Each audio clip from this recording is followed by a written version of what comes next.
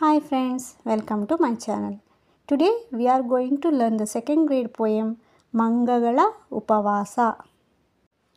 ಬಾಳೆಯ ತೋಟದ ಪಕ್ಕದ ಕಾಡೊಳು ವಾಸಿಸುತ್ತಿದ್ದವು ಮಂಗಗಳು.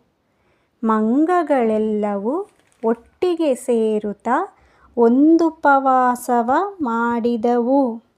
ಏನೂ ತಿನ್ನದೆ ಮಟಮಟ ನೋಡುತ್ತಾ ಇದ್ದವು ಮರದಲ್ಲಿ ಕುಳಿತಲ್ಲೇ.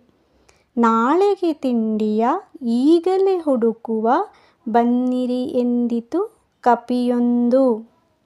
ಹೌದೌದಣ್ಣ ಎಂದೆನ್ನುತ್ತ ಎಲ್ಲವೂ ಬಾಳೆಯ ತೋಟಕ್ಕೆ ಹಾರಿದವು.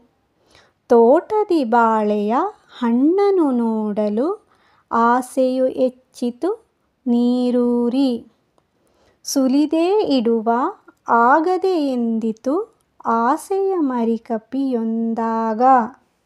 ಹೌದೌದೆನ್ನುತ್ತ ಹಣ್ಣನ್ನು ಸುಲಿದವು ಕೈಯೊಳೆ ಹಿಡಿದು ಕುಳಿತಿರಲು.